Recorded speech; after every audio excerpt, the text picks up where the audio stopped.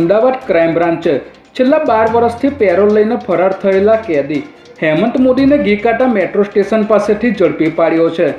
હેમંત મોદીએ વર્ષ 2005માં નરોડામાં હત્યા કરી હતી, જેમાં તેને આજીવન કેદની સજા થઈ હતી, પરંતુ આ કેદી પેરોલ મેળવીને ફરાર થઈ ગયો હતો.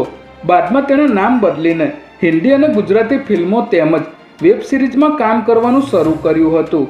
આ દરમિયાન તેણે અનેક જાણીતી હસ્તીઓ સાથે પણ કામ કર્યું હોવાનું જાણવા મળી રહ્યું છે. ત્યારે ક્રાઇમ બ્રાન્ચને બાતમી મળી હતી કે આ સ્પંદન મોદી જ વોન્ટેડ કેદી હેમંત મોદી છે, જેના આધારે તેને પકડી પાડવામાં ક્રાઇમ બ્રાન્ચને સફળતા મળી છે. અમદાવાદ શહેરમાં દિન પ્રતિદિન ટ્રાફિકની સમસ્યા વધી રહી છે.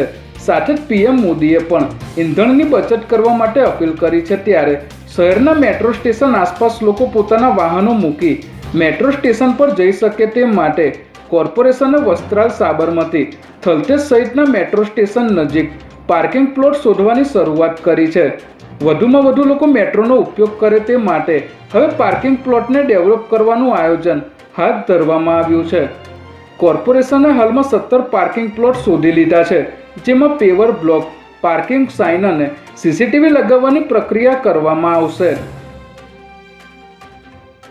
ગાંધીનગરની ચિલોડા પોલીસે હિંમતનગર અમદાવાદ નેશનલ હાઈવે પર ચંદ્રાલા નાકા પોઈન્ટ પાસેથી દારૂ ભરેલી આખી ટ્રક ઝડપી લીધી છે.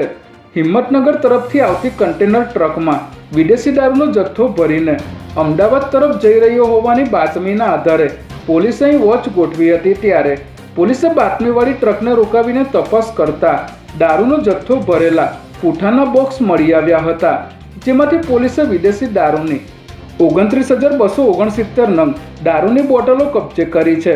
પોલીસે દારૂના જથ્થા સાથે ટ્રક ડ્રાઈવર તેજપાલસિંહ રાણાની ધરપકડ કરી આંતરરાજ્ય દારૂની હેરાફેરીના નેટવર્કનો પર્દાફાશ કર્યો છે.